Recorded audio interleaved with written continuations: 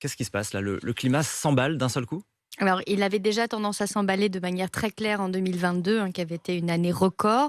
Là, ce que l'on voit, c'est qu'on a un mix entre, d'un côté, un phénomène qui existe depuis 130 000 ans, qui s'appelle El Niño, qui amène en général des masses d'eau très chaudes en direction des côtes du Pérou et qui, en général, perturbe la température et le climat mondial avec plus de pluies diluviennes, plus de vagues de chaleur. Ça se passe très loin au niveau du Pacifique Sud, mais ça correspond à un quart de la planète. Et vous mêlez ce phénomène-là qui a un pouvoir réchauffant planétaire avec un phénomène qui est le changement climatique, qui lui déjà s'annonçait de manière très claire l'année dernière. Vous croisez les deux et Mmh. effectivement, on part sur 2 années avec ces deux phénomènes qui 2 se années, c'est-à-dire mélangent. que là, on est en année 1, c'est-à-dire que El Niño arrive cette année. On peut déjà s'attendre à ce que l'année prochaine, Oui. on subisse le même effet? Bah, très clairement, on le voit partout, c'est-à-dire qu'il n'y a pas un continent qui n'est pas touché par ces vagues de chaleur ou canicules.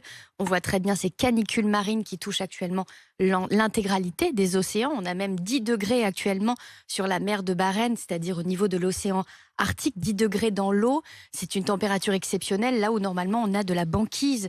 Donc on voit très bien qu'en fait, il y a une surchauffe planétaire. Et cette surchauffe planétaire, elle est justement ce mix entre ce Mmh. qui est apporté par l'homme et ce qui est naturel, une oscillation qui existe depuis toujours. Et les deux, actuellement, sont en train de générer quelque chose qui nous amène dans l'inconnu. Parce que toutes ces constantes-là, on ne les a jamais enregistrées sur Terre, on va dire de mémoire d'homme, d'autant plus, puisqu'il faut remonter Mmh. à 120 000 ans pour avoir de telles températures.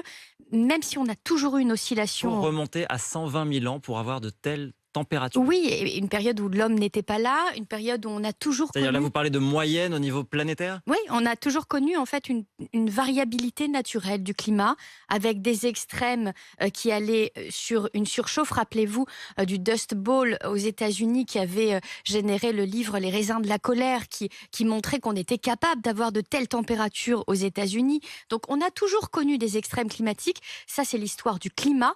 Et sur cette histoire du climat, aujourd'hui, on sort de ce schéma-là. On n'est plus sur une variabilité, une oscillation naturelle. On est sur une tendance au réchauffement planétaire. Et donc, il faut mettre en œuvre effectivement une action massive.